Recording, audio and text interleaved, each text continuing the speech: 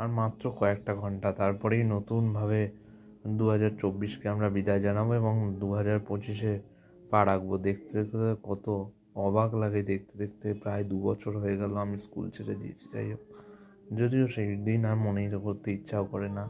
তবে যে সবাইকে জানাই অ্যাডভান্স হ্যাপি নিউ ইয়ার। জানি যে হ্যাপি আমরা বলি, বছরের শুরুতে আমরা সবাইকে বলি happy new year, happy new year, কিন্তু বছরের শেষে আর আমাদের হ্যাপি আর হয় না। প্রতি বছর আমরা জানাই হ্যাপি নিউ ইয়ার, কিন্তু আর হ্যাপি আর হয় না।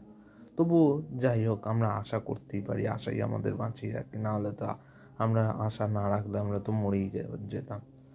তাই কিছু করার নেই, আমাদের এগিয়ে যেতে হবে জীবনে। আর একটাই, নতুন বছরের কাছে একটাই চাইবো যে হাজার হোক মানুষ চেনার একটু ক্ষমতা দিও। মানুষ চেনার ক্ষমতাটা না খুব